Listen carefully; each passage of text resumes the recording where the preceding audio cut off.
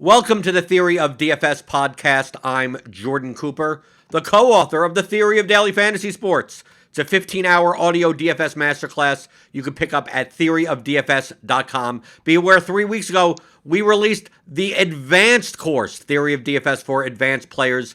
It's 6 more hours of audio. I would suggest listening to the first one before you do this one, and it also comes with 7 to 8, they're broken up. Tools for Excel, efficiency tools, accuracy tools that you could use with your projections, your ownership, and everything. Predict dupes, analyze your contests and everything. So go to theoryofdfs.com, pick that up. Joined as always, as mostly.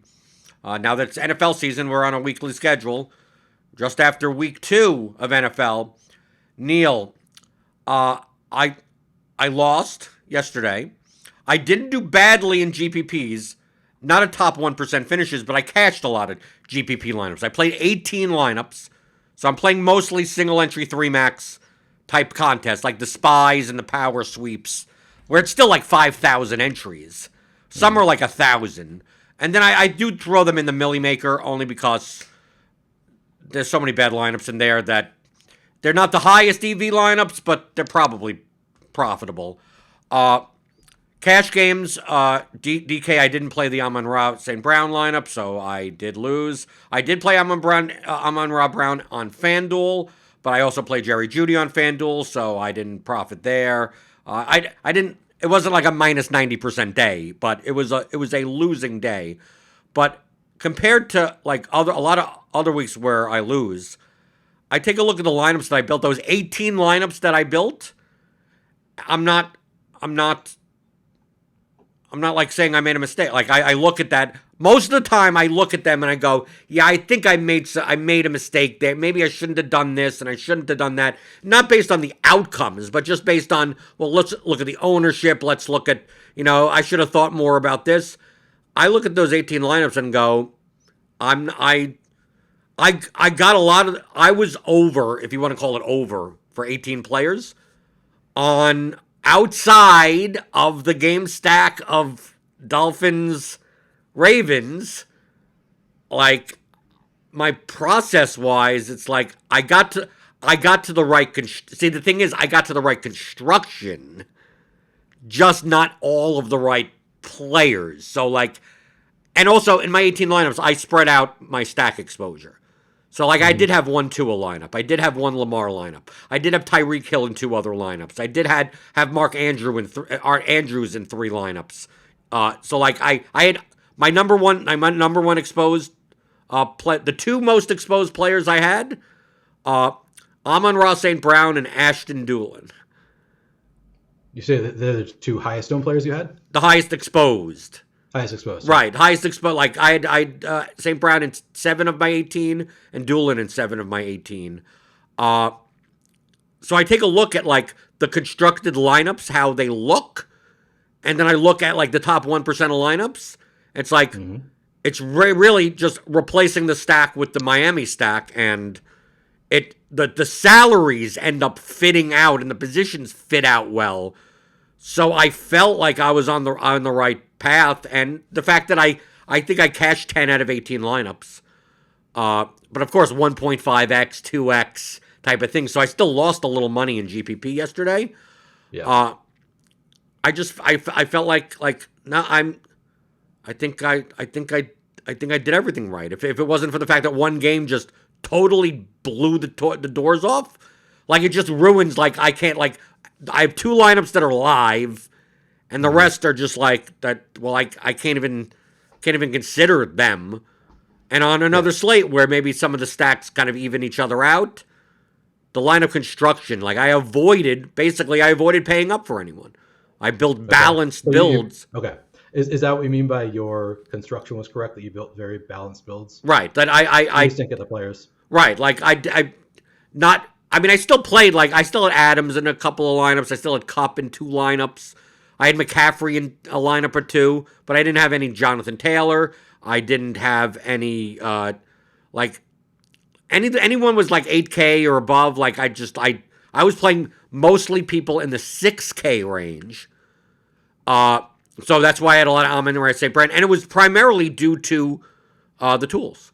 Yep. And I could have gotten there probably by ownership, but I'm using a combinatorial analysis. Basically, I just went around the industry and just grabbed projections everywhere. And I did it Friday, but then I had to redo it again because the Julio Jones news and we had some stuff going on. So I reran it, and I'm like, okay, what will cash lineups look like? What will like 2v2s off of 3v3s off of cash lineups look like? That's for like single entry stuff. And I just keep on grouping out these players to like a max of 2 or max of 1, a max of 3, and then just running aggregated projections and like, okay, what lineups share the least players to each other, right? That are connected less to each other. And just so happened that I got Amon-Ra St. Brown, Cortland Sutton, Christian Kirk, Curtis Samuel. So like, even though we take a look at like, I'm looking at the Millie exposure, the Millie ownership, which is not necessarily fully representative. Like you would think like, oh, Amon-Ra St. Brown, 19.7%. He's the third highest owned wide receiver. Like, wouldn't you be under on him? It's like, whenever you talk in terms like that, you're not comparing the specific lineups. Yeah, if you were playing a Barkley, Cincinnati, Devontae Adams, Greg Dortch lineup, like, yeah, it would be awful, probably awful for you to play a ton of Amon-Ra St. Brown in those lineups. But in my Tua, Chase Edmonds, Tyreek Hill, Mark Andrews, DJ Moore, Allen Robinson lineup, like that, like with a 3% owned defense, like, yeah, Amon-Ra St. Brown plus Curtis Samuel as a is perfectly fine in that lineup. Makes sense in that lineup. Yep. Right. So I was getting that. I got some Evans. Right. That 6K range is what I was getting like the most of in those types of lineups. And the quote chalk. And we'll talk about this in a little bit because I want to get what happened with you on the slate. Is that I was still getting a lot of Saquon Barkley, and I was still getting a lot of one other thing, and we'll talk about that afterwards. But okay. Wow, how did your? I look at your exposures just from a portfolio standpoint on the Millie. I'm assuming you didn't do well yesterday. I didn't do well yesterday. that is very correct. Yeah, it was a rough day for me. I sort by ownership, so I just pulled up my exposures next to the field in the large field Millie, and on the first page, the first screen I see, I don't see myself as green, which would indicate that I'm overexposed to the player on any player above 12.8% above. The first player that I see is I'm a little bit over the field on a couple guys above there, I think. But the first player that I am significantly above the field on is Darrell Henderson at 5,700. Came in at just 11.9% ownership. I thought that was going to be higher, so I'm happy to be above the field at 20% there. But you look at the players that were very highly owned, and I am well under the field on most of them. And I'm trying to find the projections here because most of them actually didn't do all that great. Right. I'd say on Results DB, I'm looking there instead of Lineup Rewind. The highest leverage players that you had, basically your ownership versus the field, were McCaffrey, Miami defense, Josh Jacobs, Mark Andrews, Detroit defense, and then you have Ben Skrowanek and Ramondre Stevenson. And then yet Henderson's up there also. Yep. Yeah, so I felt so much better in the beginning part of this slate. It felt okay. Carson Wentz was failing pretty hard. It was like, man, he got steamed up so high. I couldn't believe Carson Wentz's ownership, what it ended up at, because Carson Wentz, not a great quarterback. He was bad all offseason. He had one good week in week one, and then he got steamed up. So I was really happy to be under the field. And then, of course, that game kind of ended up blowing up, and he did really well in the end. Greg Dortch, another guy that I was a little bit under the field on, not significant. I was still double digits, Greg Dortch, in part because, Alex said that he liked him. And I was concerned that he was going to get steamed up too much. He got up to 21.3%, which is probably higher than he should have been. But I was a little bit under the field there. And, of course, he had zero. Would it shock you that Wentz and Goff, that game, I had a lot of? I mean, if you're playing mid-range plays, it wouldn't shock me. Right, but They that's the also, main reason. Like we're talking two different levels of thing here. Like yeah, I've been experimenting more now. All I do is both of us use blunt methodologies, yeah, right? We're not running computer simulations. We're using computer sim outputs, right? And we're putting in and we're trying to build lineups with certain balances in them. Uh, in the past, I focused more on like ownership sum or ownership product yeah, to get a blunt determination of that versus a projection range. Even if it's not the median projection, it could be the ceiling projection, it could be whatever percentile or anything.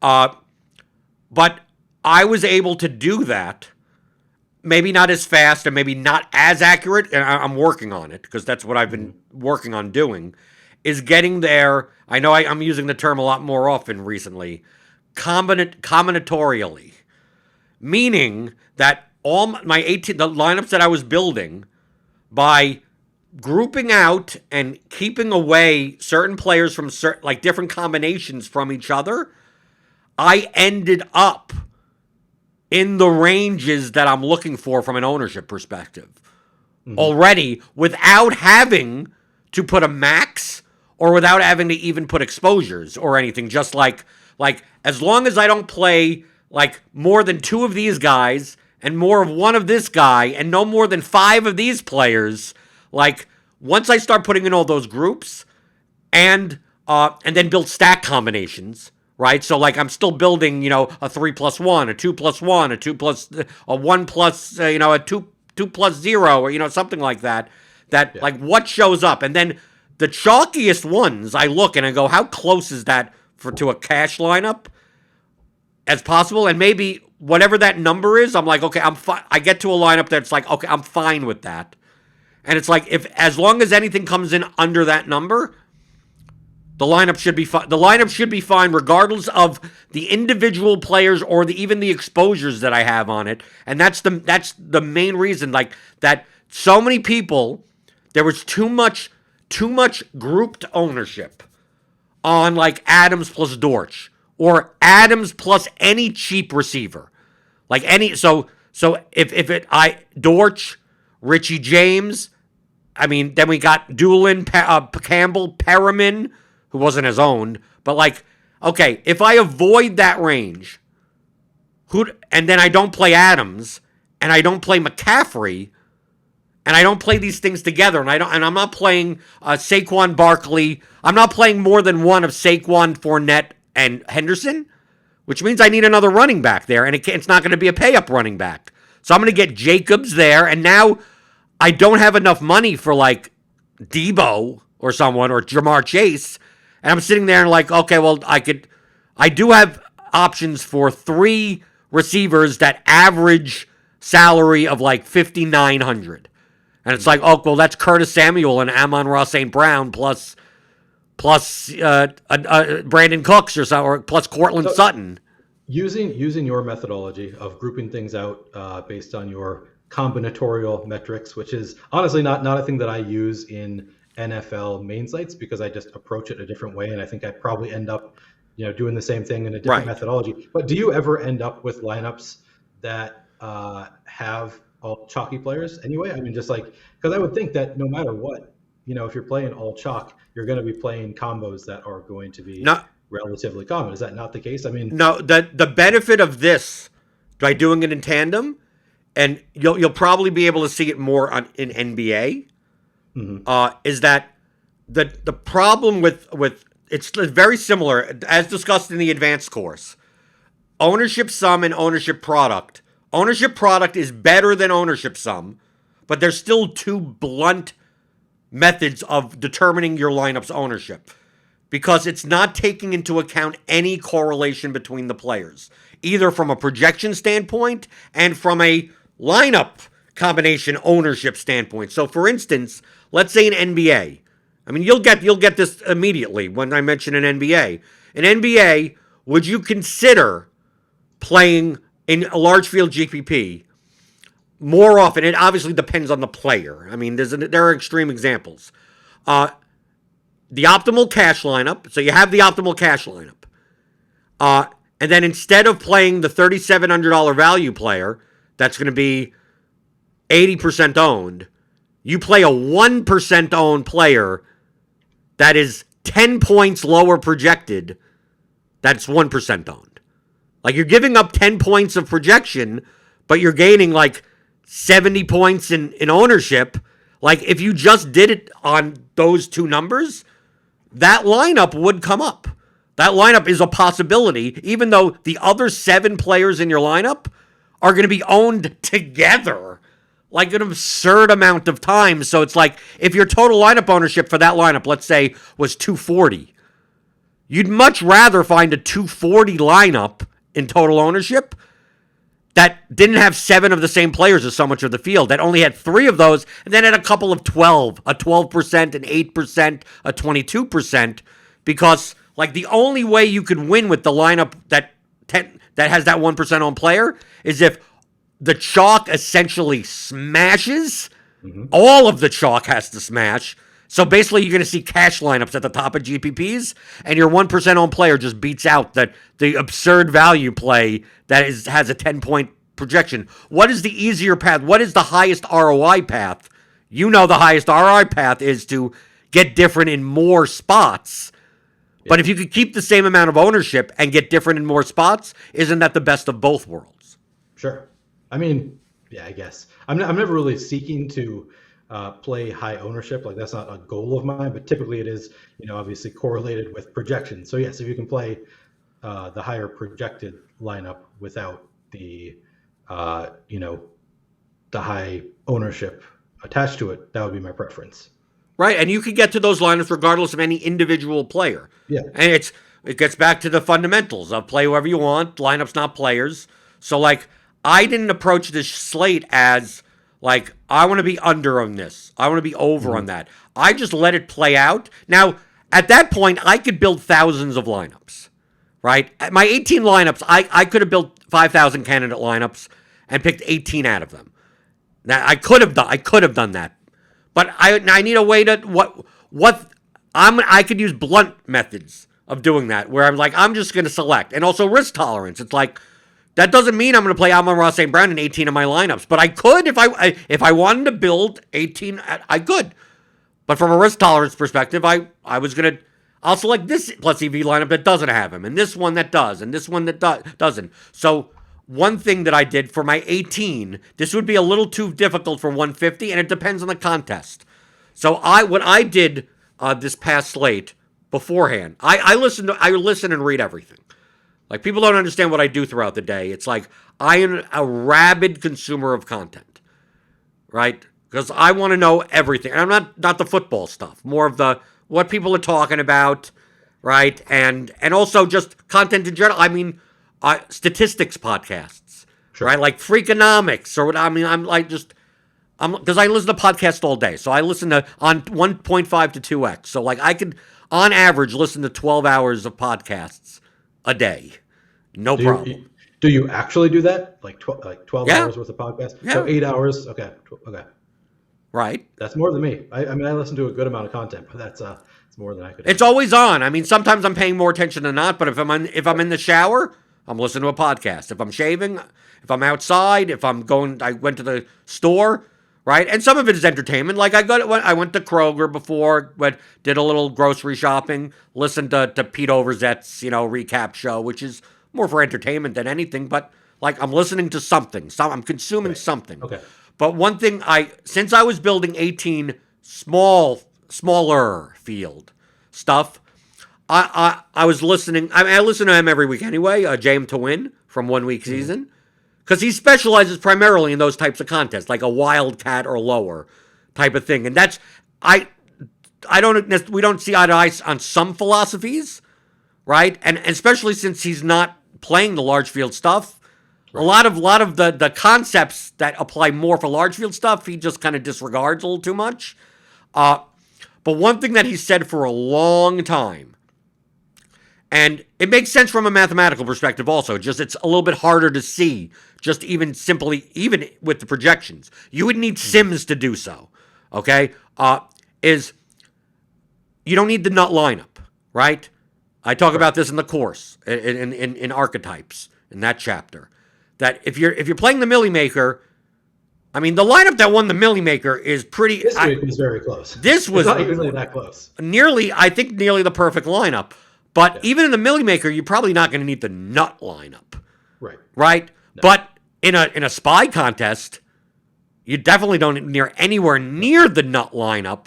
So JM says all the time, because he plays those smaller contests, of asking yourself, this is more of a feel thing, knowing football. Because remember, JM deals more with knowing football, but mathematically, what he says, we get to the same points. I mean, I don't want to put it past him. He explains things in different ways, but we're pretty much saying the same thing.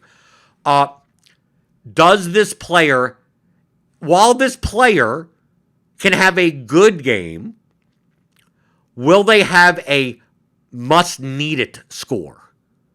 Like, had to have had it. Will you be looking back going, if you did not have this player, you cannot win? And if you're playing large field stuff, that could be fucking anyone. Yeah. Right? Like, that could be anyone, essentially. I mean, I'm not talking about the backup tight end. I'm talking about, like yeah, right. Could it be... Right.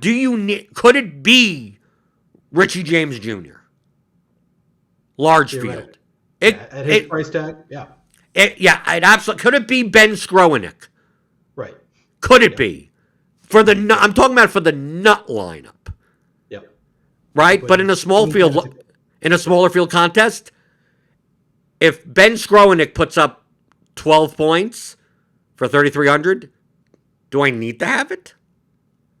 If he puts up 20. Do I even need to... Is that even based on raw points? Depends on the slate. Right. It also depends on the ownership. Like, how owned is Skroenik going to be in the spy? Right. Versus how often does he put up 20-plus points? Not 10, not 15, but 20. And I go... And I can just look at the ceiling projections and see, and go...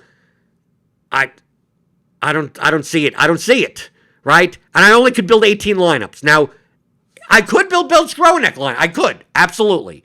But I'm choosing, instead of building 5,000 and having 100 Ben Skroenik lineups to choose from, I just say, fuck it, I'm not going to help. I'm just going to X him out. I did that with Richie James Jr. I said, some slot receiver for the Giant? Like, no, sorry, gone. I did that for Jacoby Myers. He was coming up a lot. And I'm like, I play Jacoby Myers more often than most people, but like for these 18 lineups, I'm like, is he putting up 25? Like, how does he... Like, Jacoby Myers just does not run the routes or get the... He gets a target share, but it's like his... Like, am I going to be, like, hitting myself for not having enough Jacoby Myers? Like, no, so I'm getting rid of him, right? The cheap guy that I didn't get rid of was Ashton Doolin. I got rid of Paris Campbell, though. Ashton Doolin, from a how he plays football perspective, this is a guy that could break out for a 65-yard touchdown pass, sure. Right? Like, at that salary... He could get 20 points on like 2 or 3 plays. So I'm gonna leave him in. That's perfectly fine. Leaving in guys like Tyreek Hill. Even if Tyreek Hill was like twice as owned, he always has the ability to put up a had to have it score. So I go through some of these things and I go like, what are the chances that I'm gonna need to have Donovan Peoples-Jones? I don't know, right? And then I take a look at like Curtis Samuel, and it's like Curtis Samuel got steamed a little, right? Ownership wise, so like I had him as over-owned, but Curtis Samuel for 4,500 could put up a had to have it. He's the type of player that can put up a higher ceiling score. And then the same thing for the tight ends. Like, it doesn't matter how owned Mark Andrews is. It doesn't matter how owned even Kyle Pitts, I don't know what's going on there, or Hawkinson even to some extent. Like I just always have to have these high-priced tight ends, Waller, because tight end, you have to play a tight end. And if you have the tight end that puts up 32 points and the next highest scoring tight end is 10, like you can't get those points elsewhere. So I have to. It doesn't matter what their ownership is. I got to put them in, and take out the ones that I'm not like. Kalen Granson, right, on the Colts. Like, I'm like, do I need to have Kalen? Do I need to? Do I need? I played some of both him and Mo Alley Cox, just because I thought maybe the game script would be a little bit different. These guys would be very involved, so they could put up huge scores, but didn't work out. They could, but I mean, at some point, you're playing 150 lineups into the Lotto. So, like, Sure, yeah. what I call what you have is the Lotto mindset, Yeah. which is that it sounds bad, but no, we call these large field GPPs Lottos. And I understand that completely. Like, that's what when people would talk to me and say you're playing with these weird players and weird stacks, it's like, yeah, that's the Lotto mindset. And when you're playing the large field GPPs, if you're gonna have a small field mindset, like, you're gonna look at these lineups that win and go, how are these jokers profitable playing like quote horrible lineups? And it's like, yeah, they would be horrible lineups in your contest because they project to, like, you don't need to win the SPY by 40 points. Like, you just have to beat the other people in the contest. And same thing for soccer. When I play the small field stuff in soccer, because that's what I primarily play, some 1% owned center back, some 2% owned fullback, or some, DM at 3% scores a goal. It's like, I'm playing a 180 person contest. Like, the guy may literally be unowned. Like, it's like, maybe he's the highest scorer on the slate, and you didn't need him. So it's like the Lotto mindset. If you're playing the larger field contest, it's like, and if it's a 3-game slate in soccer and a goal gets scored, most likely the goal scorer is going to be in the winning large field line. Like, if there's only 5 goals on the slate, probably all 5 goals are going to be in that lineup by someone, right? So you have to have a mindset of, like, well, I have to consider Ben Skronik's ceiling projection, right? And obviously his ceiling is tied to who? Devontae Adams. Stafford. No, to Devontae Adams. For Combinatronics. Right. For combinationally, because the only reason you're not playing Ben Skronik and then you're playing a Cortland Sutton and leaving 3,000 on the table, right? Ben Skronik lineups will probably have Cooper Kupp, Devontae Adams, Christian McCaffrey, Jonathan Taylor, like those types of players in. So if Skronik puts up 20, like, that is only valuable as much as the higher price guys have ceilings that you could use the rest of the salary to get more points. And if they don't, well, then you're in trouble. Unless you're obviously leaving 3,000 on the table, but most lineups. Well, you could also just play higher end mid-range plays. You can right, well, of course. Of the world. Well, that's right. But in more, there are going to be more lineups that have, like, Greg Dortch, for instance. Like, obviously, Dortch plus Adams was the highest. Yeah. Like, the 2 highest combinatorial players in the Millie, at least, because I'm looking at it right now, was Devontae Adams and Greg Dortch and Joe Mixon in the Cincinnati defense. Mm-hmm. So it's like, if you knew that, it's like, well, you could play Greg Dortch in a lineup that has all mid-range wide receivers because you're not playing him with Devontae Adams, you're not playing him with Cooper Kupp, you're not playing with all those guys, and it's like, you could get different enough in the rest of your slots that your ownership and projection work out that way. Now, me personally, I just X'd out Greg Dortch. I just said, at his ownership and at his price, and the fact that I'm not playing Devontae Adams much, and definitely not together with Dortch, I'm not playing any car stacks, and I'm playing more Josh Jacobs to slow down the game. It's like, is Greg Dortch going to put up a need-to-have-it score? Like, he got 15 points and ended up in the Millie Waker winner lineup, but that could have been, in the small field stuff, you didn't. That's ironic. Right. You didn't need it, right? So I'm just gonna X him out, right? Like, and I did that for a bunch of players. I'm just like, what are the chances that I'm gonna need this? Like, Do you think that I need to worry about the Combinatronics for Ben Skronik when he's 1.7% owned overall to begin with? Well, let's use the extreme example, Neil. Although you probably built lineups that were perfectly fine with him in it. Let's say, for instance, you played. Well, how much was Ben Skronik? He was what, 3,200? 3,300. 3,300. Okay. 33. Yeah. Okay. So let's go through this. Let's say you played a lineup.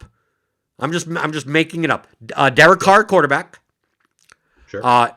Darrell Henderson and Saquon Barkley at running back, and Devontae Adams, and DJ Moore, maybe, or it may be Brandon Cooks. I don't know. We'll see if the salaries work out.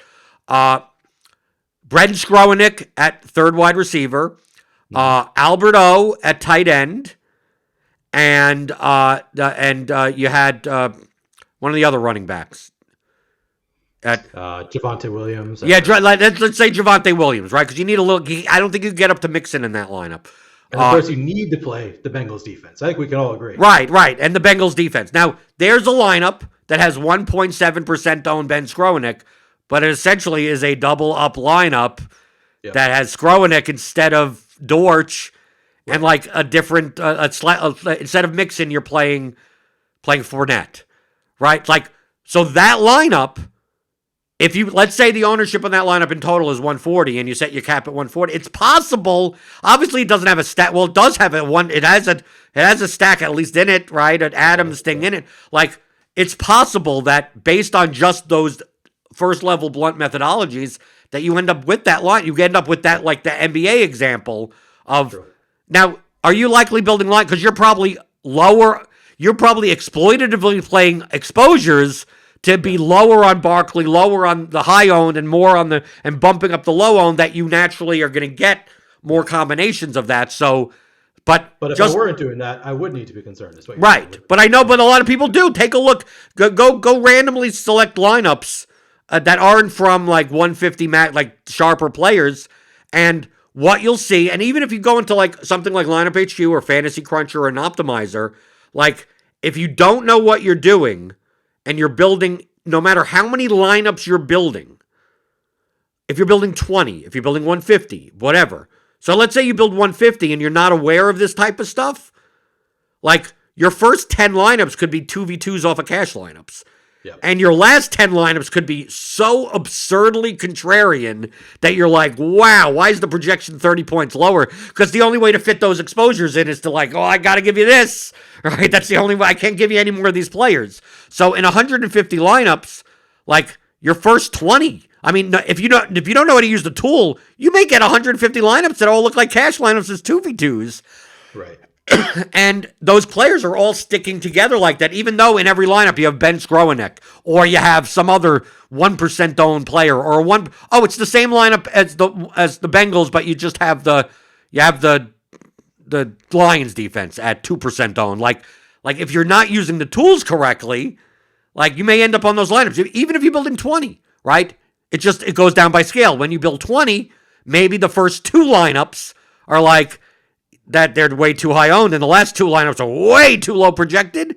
And even the third lineup is like, it's really just a 3v3, and the fourth lineup is kind of really just a 3v3, and then maybe in the middle, maybe the middle 10 are like that. Those are really the lineups that you should be looking at. And you're good at you're good with using the tools. You're good at looking at that, and you're good at looking at individual lineups, but a lot of a portion of the field isn't.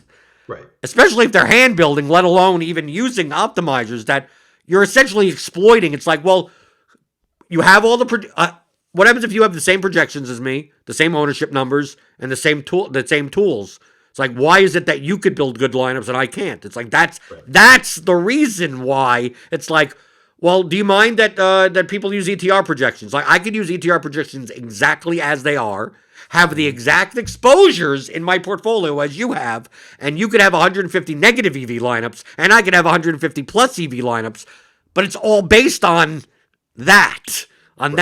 What do the individual lineups look like? So Ben Skroenik in lineups that basically have him in place of Greg Dortch, like they're not good lineups. They're not good GPP lineups. So imagine saying he was 1.7% owned, and I had 17% of him, right? I had 10 times the field, and 17% of your 100. Let's say you have 100 lineups. You have 17 lineups, and all 17 are essentially cash lineups with Skroenik in for Dortch, or Skroenik in for Campbell, or something like that. And you'd look, and let's say Ben Skroenik puts up 35 points. It's quite possible that none of those lineups cash. Right. You're like, look, I had 35 points from a 1% owned guy. I was under the field. I only had 20% Barkley.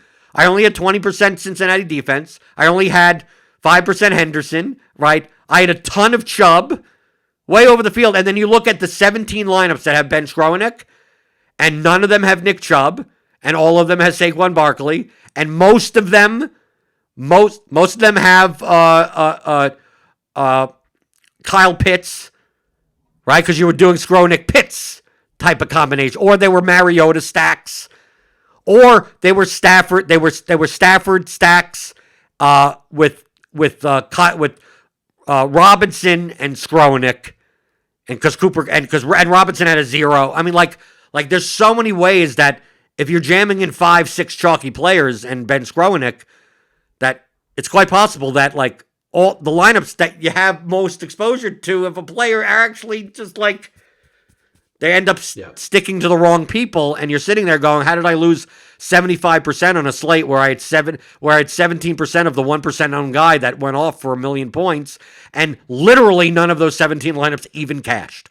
Okay, so while we're on the topic, I pulled up your tweet interaction with Ricky D on Twitter, and I'm gonna commit a theory of DFS sin here, and I'm gonna ask you a question that I could have probably done the research myself and learned what this means. Right. In the meantime, since you posted, I have not done so, but I don't think I'm the only one who could benefit from you kind of explaining what this chart is that you posted on Twitter. Okay, I don't think it's a stupid. By the way, I don't think it's a stupid question. It's just that it's very hard to explain stuff in tweets. Obviously, I know. Right, but you're talking about the level 1, level 2, and level 3 charts. To me, don't even worry about the goddamn numbers. I'm just posting because that's what it shows, and it doesn't matter. It's the here are the players from top to bottom. Level 1 means at level 1 essentially I'm posting a cash lineup, right? Like I'm going level 1 is I don't care. Level 1 it's like the levels of thinking in poker. Level 1, what do I have? Level 2, what does my opponent have? And level 3, what do I think my opponent thinks I have? Right? So level 1 DFS is essentially cash games, right? But a lot of people play the best play lineups, right? So it's like, okay, if people are play the best, what percentage of the field in your contest is jamming the best plays, regardless of ownership, regardless of combinatorics, regardless of anything? A decent amount, at least, have some combination. They may not have all 6 of the players, but maybe they have 4 of the players. So here are the players, if you just ran industry aggregate projections, basically around the industry, and you just average them out and whatever. Here are the players that come up the most together, right? So here's a list of players that maybe you don't want to play together as much of. Maybe not more than 2, maybe not more than 3, maybe not more than 4. Your choice. Probably not many of these together. Okay, so that's level 1. Level 2 would mean, okay, my opponents may, since they do know that they're not going to play their cash lineups, what percentage of the field isn't going to play cash lineups, but still end up playing like 2v2s and 3v3s off of cash lineups. So now you take the level 1, the players that exist in level 1, you group those out. So you like, okay, don't play more than 3 of these guys. Mm-hmm. Okay? Now if you did that, and then you cap each of the players to an equal amount. So if you're grouping out 10 players, if you group out 5 players, set their exposure to like 15%. So you probably get 15% of each player in the next lineup set for level 2. Sure. Okay? So people that play Barkley but not Fournette. People that play Fournette but not Mixon. People that play Adams but not Dortch, right? Like, you kind of start making it so you can make all of those types of lineups for people that are only playing a max of 2 or max of 3, which would be good for GPPs, right? You want to play some chalk because they project well, but you don't want to play all the chalk. Yeah. What do those lineups look like? So these are the lineups that on level 2, people will be playing. Right? In combination also with one another. So that second chart is, here's all the pivots, right? People aren't going to, if they don't play the Bengals, they're probably going to be playing the Dolphins, right? If they're not playing, a max of more than 1 or 2 of Barkley, Fournette, and Henderson, they're probably playing Mixon, right? They're probably Mixon's going to be in those lines. So Mixon plus I don't know what else was on. No, I got it right here. So like Okay.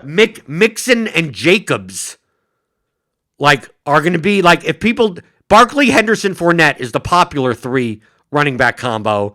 But if you exclude one of them, you're probably going to get Jacobs or Mixon, right? Sure. You'll probably get one of those two. If you're playing, if you X out 2 of those top guys, you may get more CMC, and or you may get a 4th wide receiver instead of even a 3rd running back. And then if you don't play Dortch, you're more likely to get Richie James Jr. If you X out Adams, you're more likely to get Kupp. If you X out Dortch and Cooks, you're more likely to get guys like Samuel in your line. You're more like a $4,000 player and skip the 3K range, right?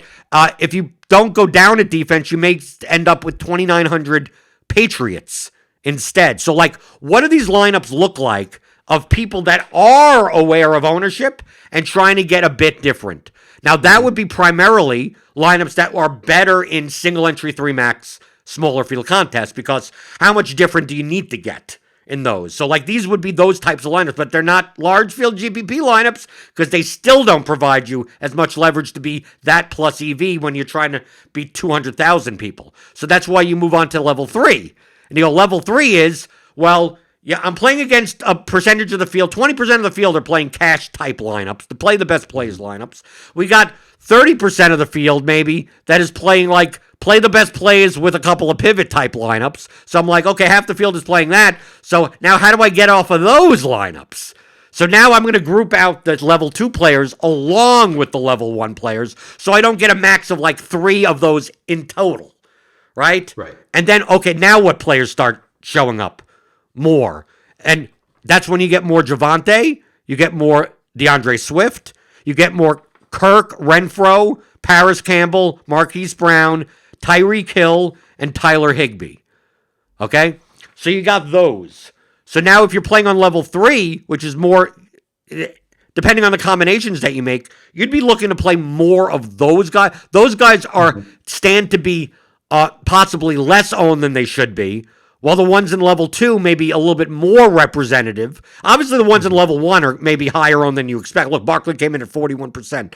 Cincinnati came in at 40+%. So those players may be more owned. And then you can build the level 3 lineups that you build are probably your lowest variance lineups. So these would be you're still playing owned players, but you're playing them in a different way. Now, if you put in the level 3 players into the group and say like max of 5, what are the level 4 players? So now, what's the rest of the field that is essentially playing Sims, right? Mm-hmm. So how many 150 maxers? Basically, that percentage is how many 150 maxers are there, right? If you're playing up against 150 maxers, like what are their lineups going to look like if you sim everything out? This is a blunt methodology, and those are what my lineups look like, right? So, like, based on all of these, Amon-Ra St. Brown was chalky, but he just, because of the price range, never fit enough into lineups to attach them himself to have a high R2 value. He didn't have a low R2 value. He just never had an exceptionally high R2 value with, like, anyone on the slate by the time I got to level 4. Christian Kirk really kind of didn't fit in as much anywhere. Mike Evans didn't fit. Russell Gage, like the Tampa guys, really did. Like, so it's like those. Amon-Ra would have a high R2 with the Washington players. Yeah, but the problem is that the Washington Samuel, because of the price points, they were being less utilized because it was hard to fit them both in together. Now, those lineups would have certain players in them. But, like, if you were playing Amon-Ra, say, if you were playing something like Goff, or let's say you were playing Wentz, Samuel, Thomas, Amon-Ra, which is a lineup that I played. Now, try to fit in other players in those lineups that are chalky. It's much harder to.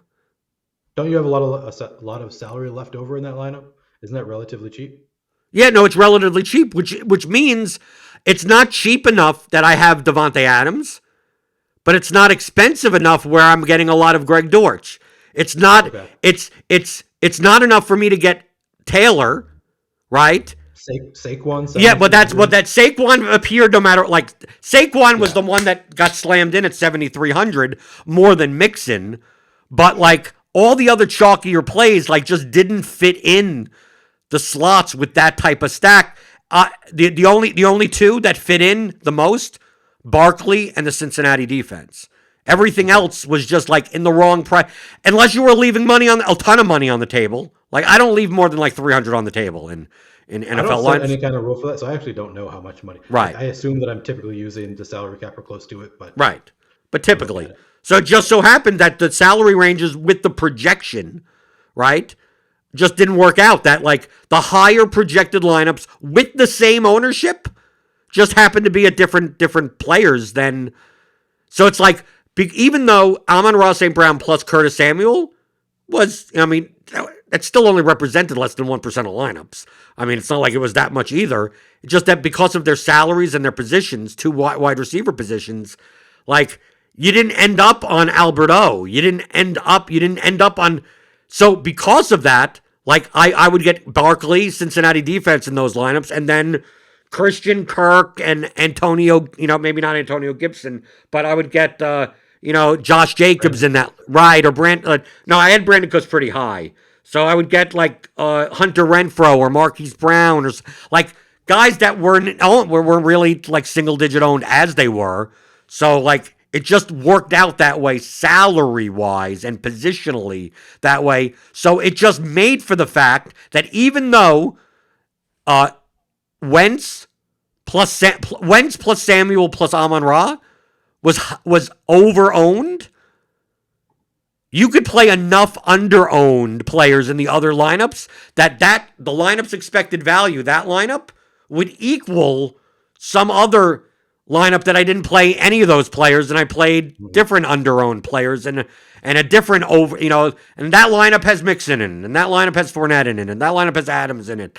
Like, because they still projected for the most points. So like this is the core of lineups, not players. This is the core of that, of like individual, when we were talking about individual players. And one of the hot topics on Twitter this morning, which is the second thing I wanted to talk about, that's why I mentioned I was getting a lot of two players, regardless of their ownership, in my top rated lineups. And that was Saquon Barkley, and the other one was the Cincinnati defense.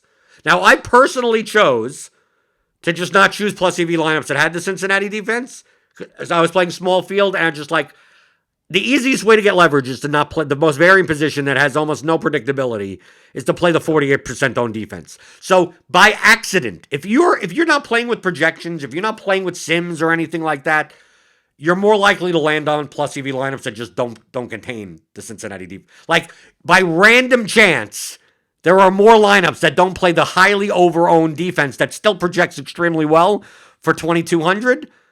So you don't have to worry about making mistakes in the rest of your lineup, right? Because it's like, well, I already got rid of that. I'm playing the Jaguars at 2% instead, right? And then if I happen to have a Carr Adams Dortch lineup, and I don't realize that maybe that's a little over, like, dude, it was taken care of. I'm playing a 2% on defense, right? Like by accident, you could come up with these lineups. So like that's the easiest way. It's the very same in MLB, where it's like, who's the chalk SP2?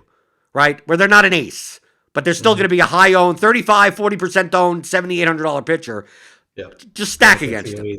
Yep. Right. Just fade that guy and stack against him. It's like, you don't even know anything about baseball. If you just did that by accident, you'll run into plus EV. Like, you'll just more likely to run into plus EV lineups rather than, how do I play the three chalkiest players and then get different enough? Like, that is much harder to do without tools and projections and stuff like that. So the Cincinnati defense, on the other hand, because what I was talking to some people that do sims, okay, and you're in the same chat, so you saw the exact conversation that was going on.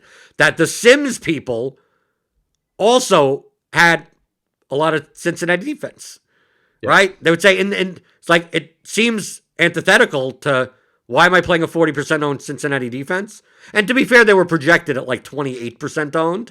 So maybe if you run and back test it at 41% ownership, maybe you don't get as much of them. But it came down, and this is the reason, even through my tools in Excel that you could get at theoryofdfs.com, like it was coming up like I was just making lineups. So it's like fucking Cincinnati defense. I don't want. Should I just X this out? I ended up playing them in one lineup. It's because from a individual lineup perspective, okay, we always say the theme is lineups, not players. Okay, from an individual lineup perspective, the aggregate projection on the Cincinnati defense was around 8 to 8.5 points, right? For 2,200. Mm-hmm. Other defenses in that range were projected for like 4.5. Yeah. Okay? So like that's a 4-point difference in mean projection, which you could take what it is, whether floor, ceiling, doesn't matter. That 4 points, if you were to make lineups at the similar similar ownership, even if you're just using ownership sum, and you tried to make lineups at like, let's just make up a number, 140. Mm-hmm. The 140 lineups that had a total ownership of 140 that had the Bengals defense would project on average 2 points higher than the same owned lineup without the Cincinnati defense, because you're getting 4 points in projection and also saving like 1,000 in salary. And there were more useful running backs, wide receivers, whatever, quarterbacks that were worth that if I gave you the choice, if I told you, and I didn't tell you any of the ownership of the individual people, of the individual slots, and I didn't tell you the names, didn't tell you nothing. And I said, would you rather play a lineup at 140% ownership that projects for 135 mean points, or one that projects for 133 mean points? At the same ownership. Which one would you prefer? Maybe both of them are plus EV in the contest you're in, but which one would you prefer? You'd obviously prefer the 135. Right, case. And that's the one with the Cincinnati Bengals defense in it. Yeah. Right? That's the one with Saquon Barkley in it also. Like I found that the combinations with Barkley and the Cincinnati defense, even though that it maybe not in combination, but those two players, which were for the two highest owned players on the slate, even now, I did this based on projected ownership. Like I said, if I go back and put in the actual ownership, maybe this changes a bit. It goes down. It doesn't completely flip it, but it may greatly mitigate its effect.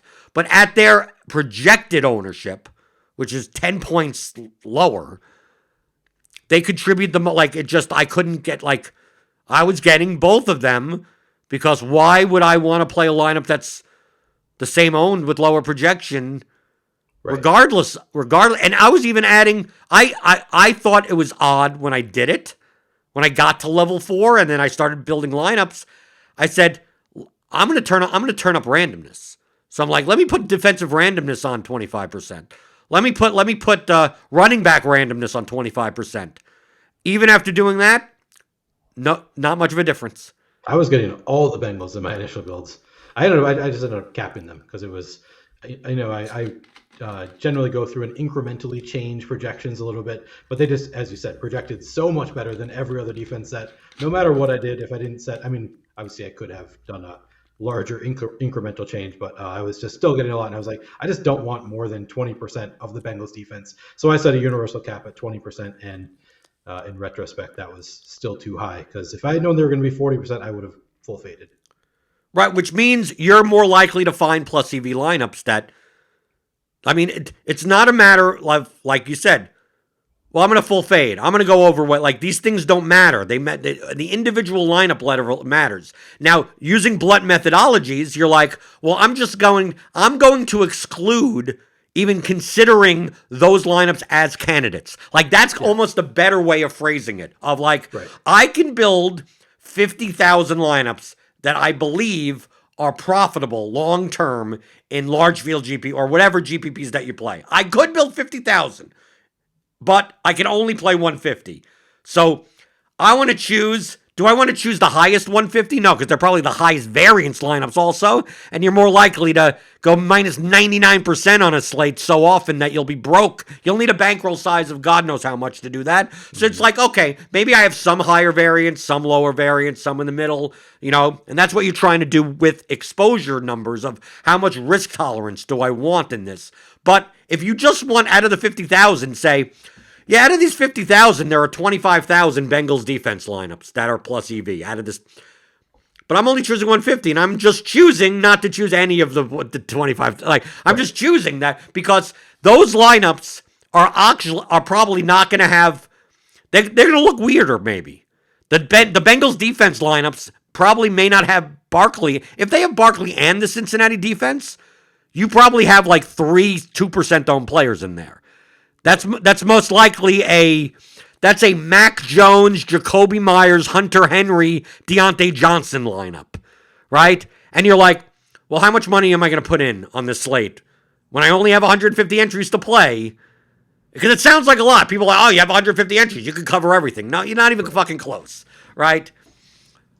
So you made the choice through exposures, through Xing out or raising, saying, I don't even want to have those lineups as candidates. The same way that with my 18 lineups, I said, I'm just Xing out Greg Dortch. Mm-hmm. I could make lineups with Greg Dortch that are plus EV, but I'm just choosing to not even consider those candidates. And if he's the one that beats me, then so be it, right? If Richie James or Ben Skronik beat me, so be it. Especially for the smaller field. Larger field, I'm much more likely to leave them in and just may not have a much. I may end, with 150 lineups, maybe I would have ended on 2% of each. When they fit, where they fit, and whatever. And maybe they go off, and who knows. The Lotto mindset. But like without having a methodology of doing that, it's just so much easier. If you just came to the slate and say, I'm just Xing out Barkley and Xing out Cincinnati defense, all you're doing is just reducing the candidate lineups that you could build. Yep. Right? You're just not considering any of those lineups. And if they come in and if Barkley puts up 40 points, then it is what it is. You could have built Barkley lineups. And no matter how much variance there is at the defensive position, we still have projections, right? I mean, they're highly fragile, highly variant. It's like Wheel of Fortune at defense. But if your lineup makes sense otherwise, I had one person ask me in the Blitz, in the Blenders Game Theory channel, that, he showed me his lineup. He said he was heading, this is what he was heading into the late game, the late set of games, Neil, okay? Mm-hmm. He had Tua, he had Waddle, he had Hill, he had Amon-Ra St. Brown, and he had Mark Andrews. Now that is the definition of the nuts. Yeah. From the 1 p.m. games, like if you just, now you didn't have Chubb in there, right? From the 1 p.m. games. Yeah. But maybe Chubb maybe not even necessary. So you never know what the running backs are going to do. Especially with Darrell Henderson being significantly cheaper. Right. And then you also had Jacobs, you had Williams, you had Fournette. I mean, you had Mixon. All those people. So I took a look at his lineup, and I don't know what contest he was playing. The $8 3-entry max. That's what he told me. So it's not that large of a field contest, right? It's large, but not like it's not 100,000 entries. So he left in his original lineup was Jacobs, Javonte Williams, Greg Dortch, and the utility and Bengals defense. Mm-hmm. And he said. He was considering going to the Falcons. He originally had the Falcons defense there. Oh. Okay? Originally. Yeah.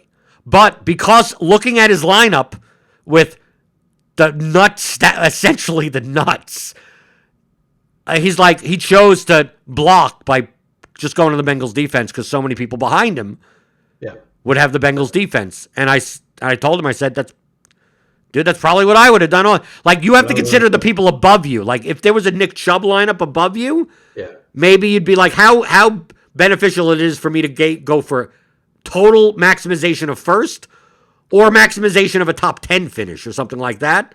Like, that would be the consideration. But in general, when you're leading, you're more likely to, like, how do I block? And when you block, you're typically gaining projection because you're playing the higher projected players, right? So, like, in these cases, it's like I look at this lineup and I go like, no, I would have switched to the Bengals also. I mean, like, I get it. Yeah, but if you looked at the lineup after the fact without considering that, you go, what a fish. He played the Bengals defense. I mean, no, you can't just go by who plays a 40% owned defense. It's like, well, in that lineup, that makes perfect fucking sense. Yeah. Yeah, no, he made the right decision. And the counter to that was I saw Big T posted on Twitter. He got second in a qualifier for the NFL final. And apparently Cal Spears was behind him going into the afternoon games. And Cal Spears pivoted off of the Bengals to the Falcons and ended up winning that. So he made the opposite choice. I'm behind right now. I'm going to pivot off of the Falcons the Bengals to the Falcons because they're not chalk. And I'm guessing the people ahead of me have the Bengals, and it worked out for him. That's and then Big T if it was a small enough qualifier, and Big you knew that, and he knows how Cal Spears plays. Right, you would have switched to the right. Yeah, right. That's hard to do. To go, Cal is cognizant enough to know that I have the Bengals defense here, and he has the Bengals defense, and he's going to switch to the Falcons. Right. And because of that, who is he going to pivot to, too? You have to know that. Right. So. Well, the $2,200 deal, there's only one other defense available. I suppose. Okay. Yeah. Right. For the late games, there was only one other. The Lions already played, and they were 2,000. So like, truthfully, the best move, if you knew that Cal was 100% observant, the game theory move for Big T, it would have been way higher EV to switch to the Falcons. Sure. Yeah. Given the very minimal, this is not including any other players. This is right. If you knew assuming that a very, very small field. Right, a very, very small field, and the only reasonable person that could overtake you is Cal, and you look at his lineup, and you go, well, I'm going to play, he's going to move from the Bengals to the Falcons, and if I move from the Bengals to the Falcons, I increase my first place winning percentage by a hell of a lot, right? Because once you block, you're ahead. I mean, you could go to dramatic extent, but of course that's third level thinking, and maybe Cal could have easily made his lineups and he's out with the family. Right. Wasn't even paying attention, didn't even see the slate until the end. There's a percentage of the time that happens, right? So, like, who the hell knows? Right. Right? But I mean, Big T's explanation of why he played him I don't agree with, but... the Bengals, yeah. No, because it's not... The thing that I agree with is that half of his explanation is what we say. Lineups, not players. It's like, dude, I could get. Basically, he said, well, I could play the Bengals defense and get different elsewhere. It's like, oh, that absolutely, 100% agree with you. You're absolutely right. The point of I just plug in the smash play and then get different elsewhere. It's like, well, no, defense is scored very variant. Like that. Yeah, it depends on the situation, the position, the salary. There's so many different components. But just how defense is scored, like defense in particular, is not where I want to jam the. Right.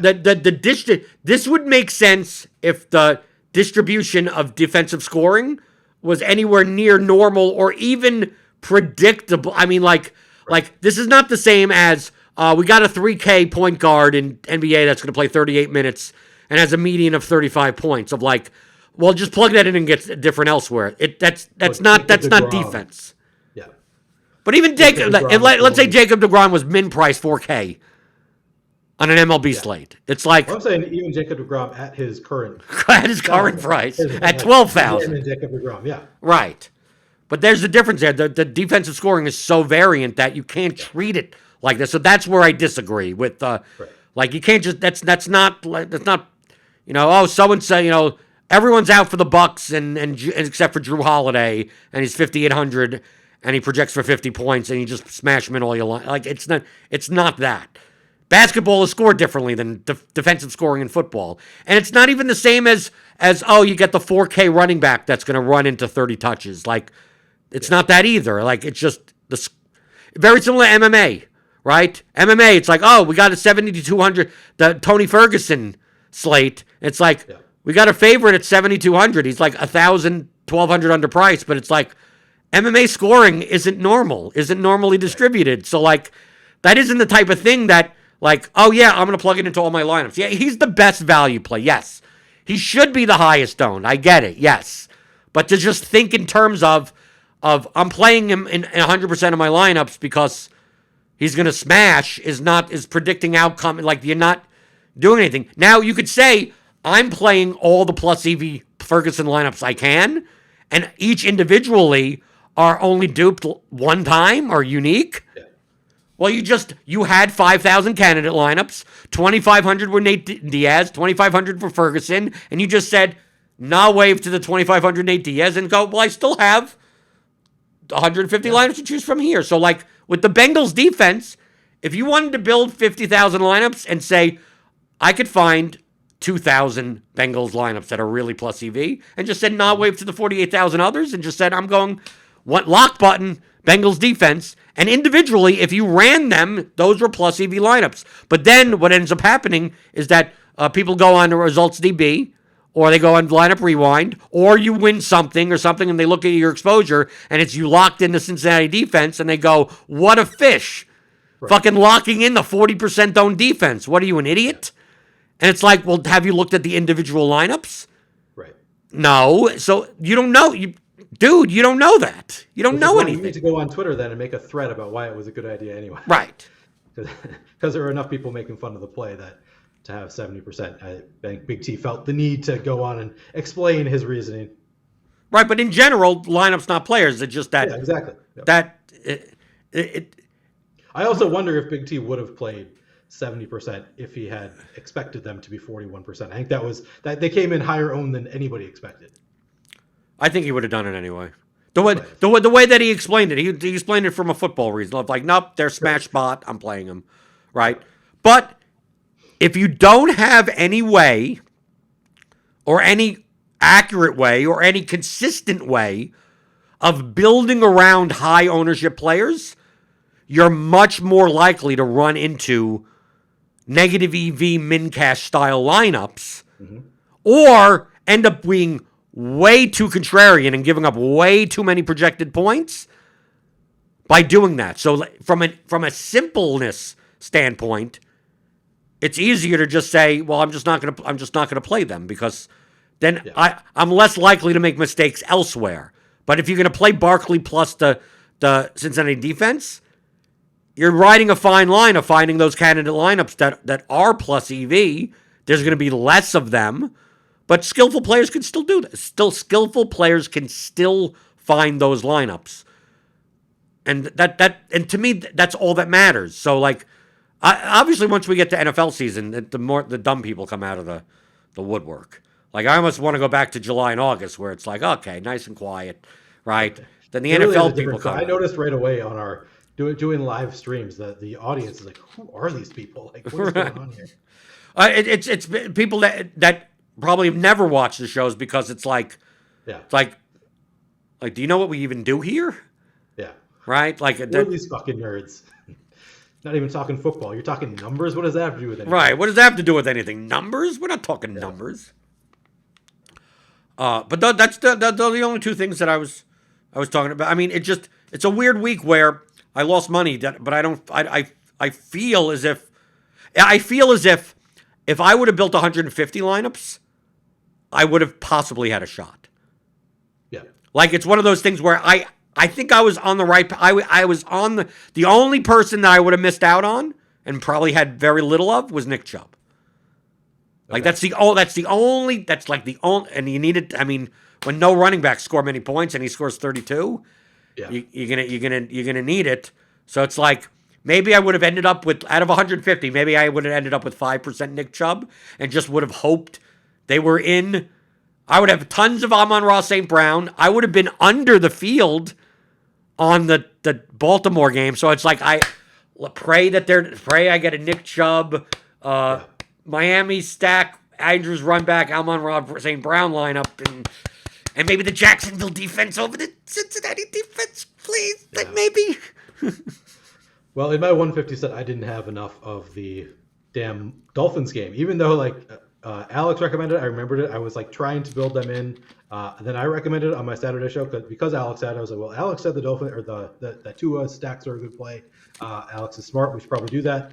And then I meant to, and I actually in my later lineup building process, which is like the Yahoo slate, I gave Tua a pretty big boost to try to get to more of Dolphin stacks, and still apparently, but I ran out of time and didn't get to any anyway. So it was like the more I was building, the more I was like, okay, I need to focus. I need to make more of these Dolphin stacks, and just never quite got there. So was pretty disappointed. It was not going to be a good day for me not having many Dolphin stacks. And did you just play large field yesterday?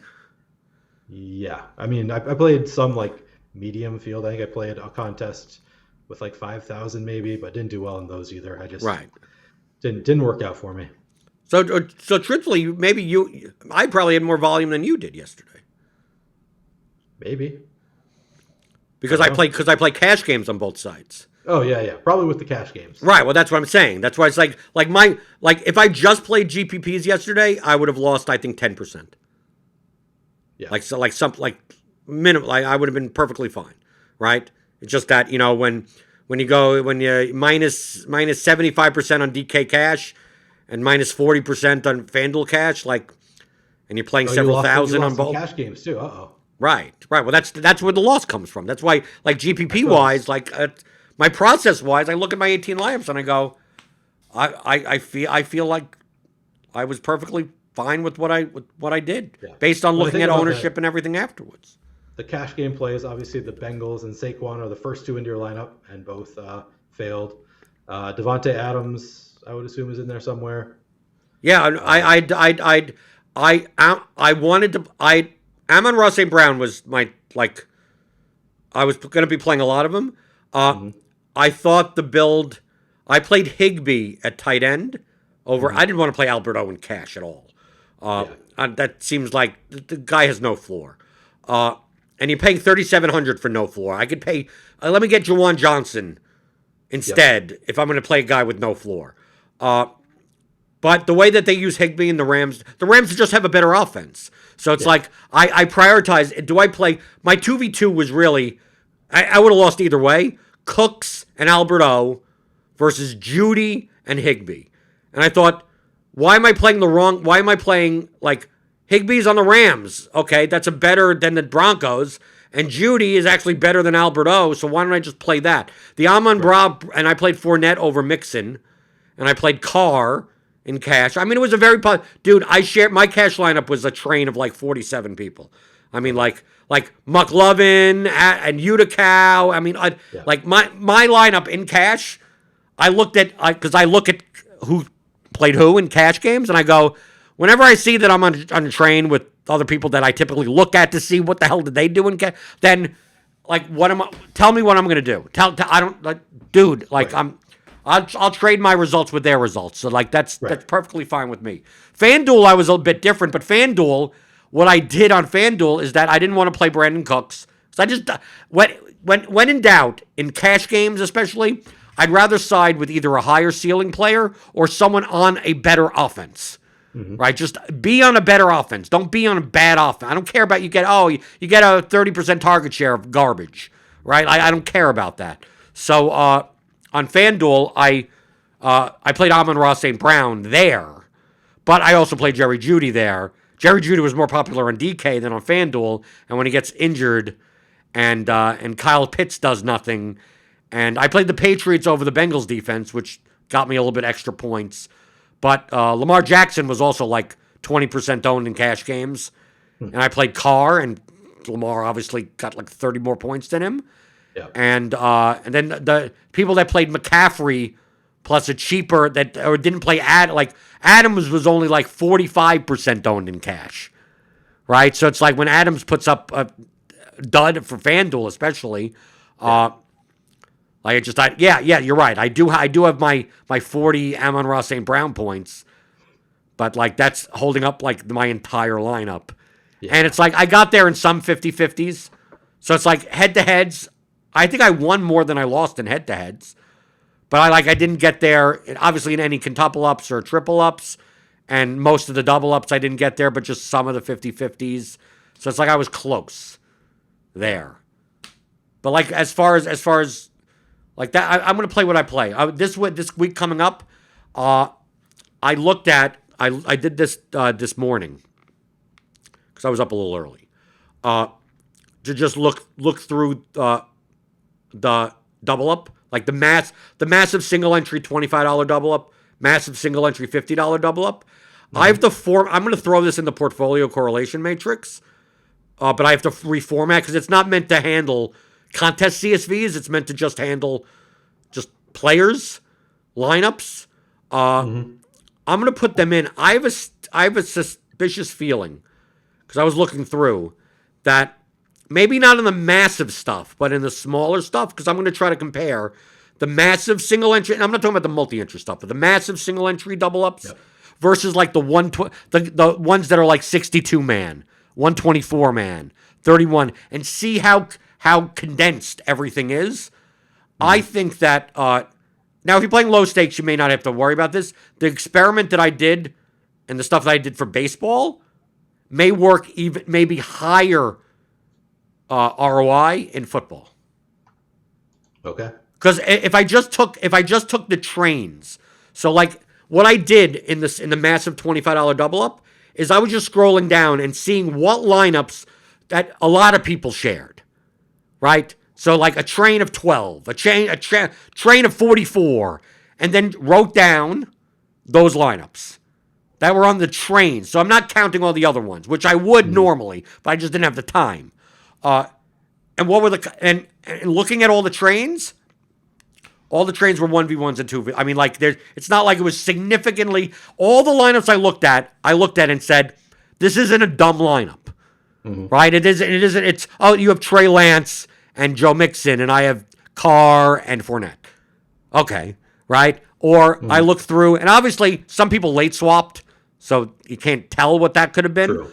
But just looking through, it's like, oh, you had Judy, I had Cooks, and you had this tight. You had Alberto, and I had Higbee, or you had Amon-Ra St. Brown and Granson, and and someone else had Jawan Johnson instead of Granson, and then someone had Lamar Jackson, and they played Richie James and Greg Dortch together with Adams, and then paid up for Andrews. I'm like, okay, like. I don't think that's optimal, but it's still reasonable enough that I'd be like, okay, that's a viable cash lineup. And I'm just looking through all of these and going, what do these look like in the 124s and the 62s and the 31s? So I just quickly, because I was doing the pregame show like 10 minutes to go, looked into one of my 124 double ups, and like that 2v2s of what I just wrote down made up more than half the entries. So it makes up more than half the entries in the double ups.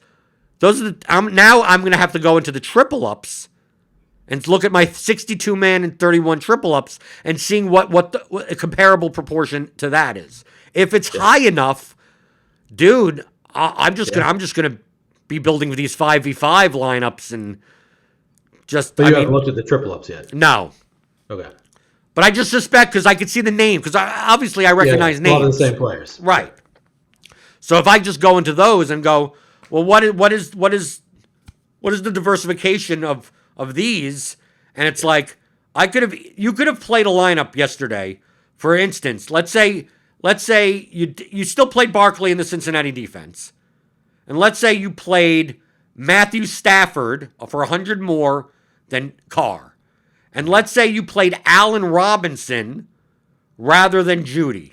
Right? Judy was 5,600. Allen Robinson was 5,500. It's still my same lineup, right? The rest of it is still my same lineup. Then instead of playing Higbee, you play Zach Ertz at 4,200. So that saves 300. And then I go up from Dortch to Doolin at 3,200. I still have 100. I still have 100 to spare, and then I go from the Bengals defense, or maybe I keep the Bengals defense, but you could go up to the Jacksonville Jaguars. Then you take the extra 100 there. Maybe you're fine with that. Maybe you look at that lineup and it's like, how many people in this contest will have Allen Robinson? One or two. How many people will have Zach Ertz? One or two. In the other combinations, how many people will have who else did I mention? Jaguars defense or maybe Jacobs. Stafford instead of Carr. And then maybe you play Jacobs over. No, the extra 100 is Jacobs over Henderson. Right. Yeah. Right? And now you spend $50K, and now you're easily a 4v4 off of like all of the lineups. Yeah. And it's like, if one of those differentials does well, most likely I beat all of the lineups at once. Yeah. And I have 4 shots to pretty much do so in combination. And you can't do that in double ups or 50-50s because you only get paid 2x. But if those are going to be the same lineups that are in the triple ups and the quintuple ups, like, dude, I could beat so many lineups in one shot. Why don't I get paid 3x or 5x for it? Yeah. I mean, it's the same thing we discussed before in MLB. I agree with you. It sounds like it's worth a shot. I would think there would be more players in NFL who are great at NFL DFS who don't factor in game theory quite as much as MLB. I would think. Maybe I'm wrong about that. But. I don't know, but these are cash games. I still think I'm still going to play a cash lineup normally. Yeah. It's early in the season, so there's still enough dead money out there that I'm still probably going to do that. But then I'm going to make essentially I'm making a head-to-head 50-50 double-up lineup, and then I'm making a triple-up, quintuple-up lineup that I'm also going to be playing in 3-mans and 5-mans and doing that. And obviously, let me take a look. Maybe I look at the triple-ups, and maybe other people are doing this. Maybe I look, and Utica is playing a different lineup in there. Maybe BK Reader's playing a different lineup in there. But if I go by the MLB stuff, they aren't. Because I know them in MLB, they don't. So, like, they're probably not, because they have so much, especially on an NFL Sunday, those guys are going to have so much volume going on that they're not paying attention to those. Right, they're not paying attention to any of that. So, like, that's I thought there would be a lot more dead money lineups in these double ups, and there are in the massive stuff. There are, but in the small, the 124s, the 62s, the 31s, whatever, not as much. I mean, there's still enough that on average it's still softer than any other sport, but maybe there's much more bigger edge in the triple ups that by week I could see myself by week 8 to 10 that I'm not even playing the double up head to head lineup at all because I'm looking at my action and going, okay, kind of, it is what it is. And I think I'd rather put that money in GPP or in the triple up stuff. Yeah. But it's much quicker this year. Last year, years past, you go back to 2018, it was a joke, right? I was studying CSVs back in 2018. I'm like, wow. Like, the rake is being paid for, and then an extra 20% of lineups are like just donating to you. Back in those days, I was playing with my brother when I would go over to watch basketball with him. He would make cash lineups, and he would, rather than enter them in GPPs, which I would suggest you should just do that, he would enter them in cash games that were just like no projection, nothing like that. Just like, all right, Timberwolves are playing. I'm going to play 3 Timberwolves, and then I'm going to have 2 of whoever they're playing against, and And he'd do that for double ups? Yeah, it was never a good idea. I tried to convince him to do this in GPPs, but he didn't really care that much. It was $10 to him.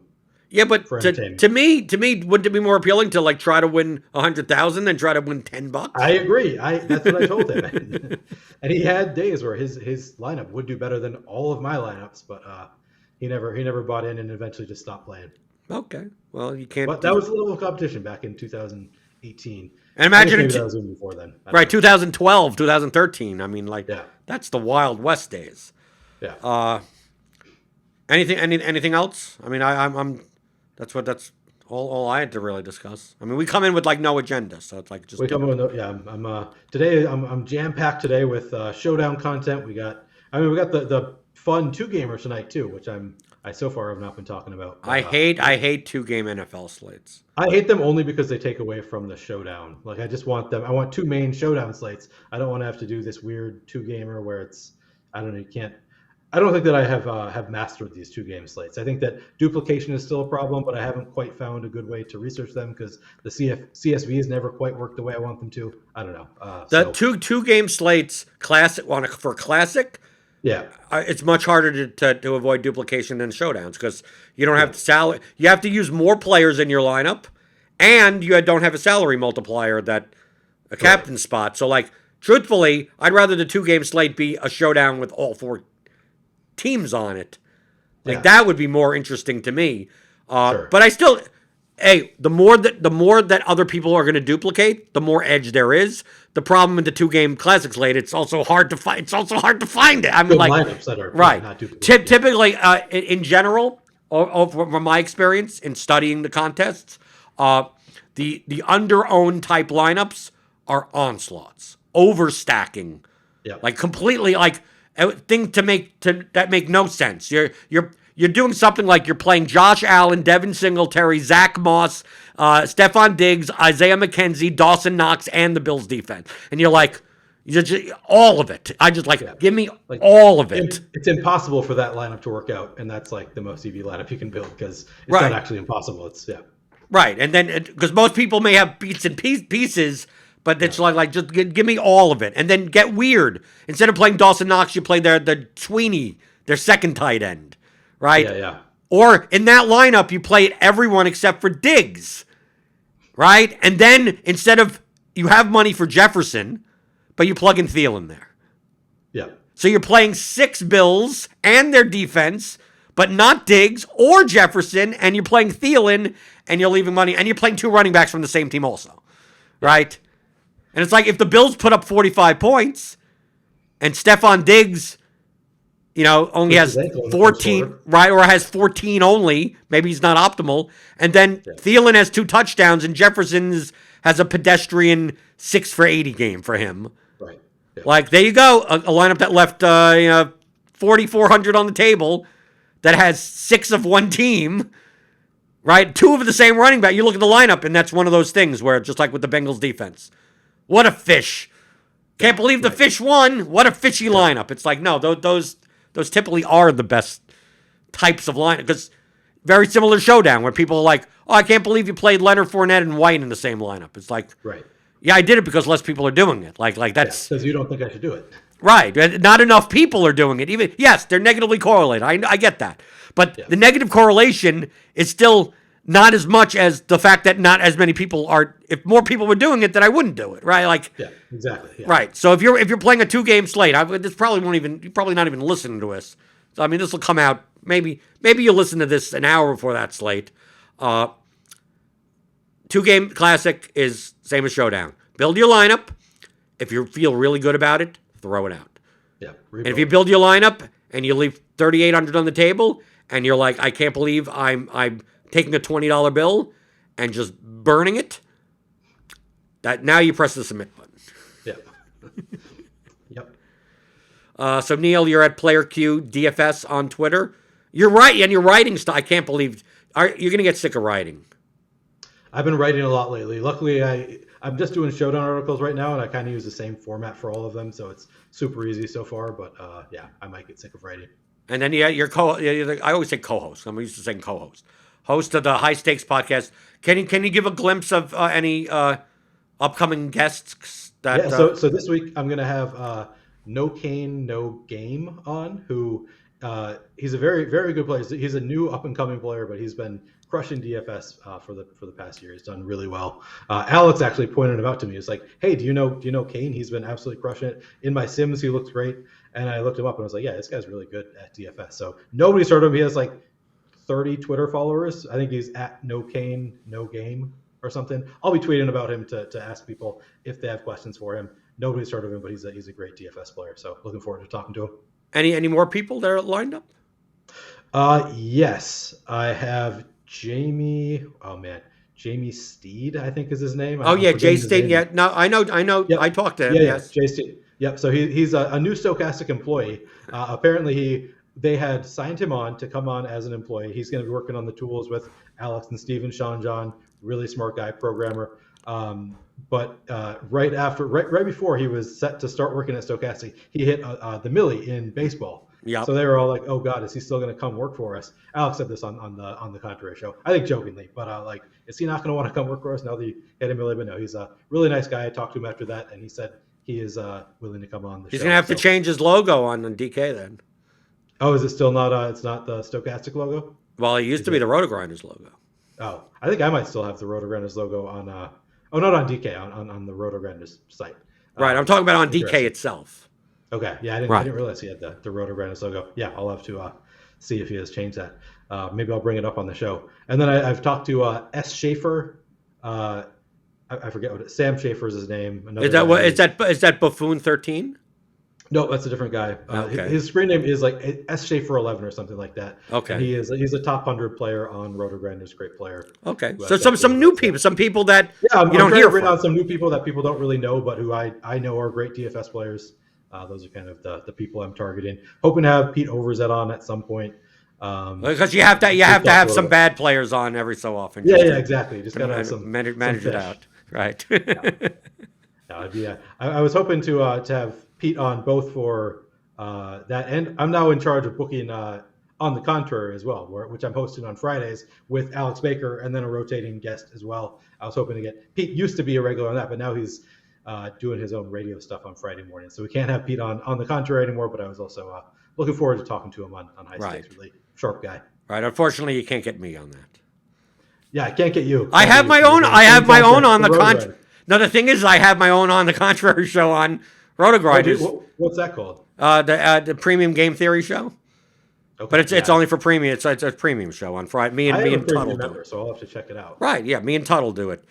But it's very similar to It's essentially, if you remember the Advanced Sports Analytics show that I did with Brandon Adams, picture a mix of that plus on the contrary. It's like right in the middle. We're talking about stacks and correlation, but we're also talking about, okay, Barkley's going to be owned. How can we play Daniel Jones plus Sterling Shepard? How do we take advantage of where to find leverage, where to find ownership, and what's going to be different, and the salary ranges and running stuff through the tools and everything. So it's a very similar show, but it's not free like on the contrary. Ours is free. Right. And if I went over there, then that would be a against my independent contract. Right. Yeah, okay. Right. Although I was on the High Stakes podcast. That's perfectly fine. That was an right. exception. Right. Interviews and stuff like that is fine to be on competitor stuff. Right. But the whole thing with independent, number one, people think I'm an employee. I'm not. You're an actual employee of Stochastic. I now am an employee. Yep. Right. I'm an independent contractor that gets paid by Roto-Grinders to do, and I send them an invoice with all the stuff, and I get paid, and I am regularly on the schedule. But by my employment contract, basically is that if the contest exists on Roto-Grinders, I can't do it elsewhere, right? So it's right. So this RotoWire soccer stuff, I do, and I'm perfectly there. Because Roto-Grinders doesn't do soccer shows, but if they did do soccer shows, I'd be doing the soccer shows. The fact that they don't want to put the money into doing a soccer show, that's not my problem. So I'm an independent contractor. I'll go to some other site. So same for this show. It's is there any show like this on Roto-Grinders? Are you willing to pay me to do this show on Roto-Grinders? If the answer is no, then I'm allowed to do it. I'm allowed to do whatever the fuck I want then. And no ill will or anything like that. That's kind of the way it is. Same thing with you and this show, right? It's this is not competing against anything. Yeah, I did. I asked for permission to continue doing this show, and they were they're allowing me to do it with permission. So happy to be doing it. They basically left it up to me. If you want to keep doing it, you can keep doing DFS. Right. They're not forcing you to do it, right? They're like, no, I don't want to do it, but we want you to do it. Yeah, exactly. Yeah, no, not forcing me. Okay, so hopefully the audio is good for the YouTube people this week. If it's not, go fuck yourself. It doesn't matter. Listen to the podcast. Why do people? What's the point of YouTube? It's just two of our faces. We're not that pretty. No, we're not. We're not that pretty. But follow us on Twitter. Week 3 is coming up. We're here every week through the NFL season. Maybe I'll get some special guests in the middle of stuff, not on a Monday. But I mean, I've done that before. Have a Thursday episode with something especially during NFL season, because all the numbers go up during NFL season. There's a lot of stuff. Yeah. Right. During the NFL season, the downloads go literally 5 to 10 times. Yeah. So I trying to get in kind of the good stuff then, and then during the dog days of baseball or March and April or something then it's just because no one likes watching baseball because it's boring as fuck. Okay, check out the tools as always. Watch the DFS pregame show on Roto-Grinders and get the Theory of Daily Fantasy Sports 15-hour audio DFS masterclass at theoryofdfs.com.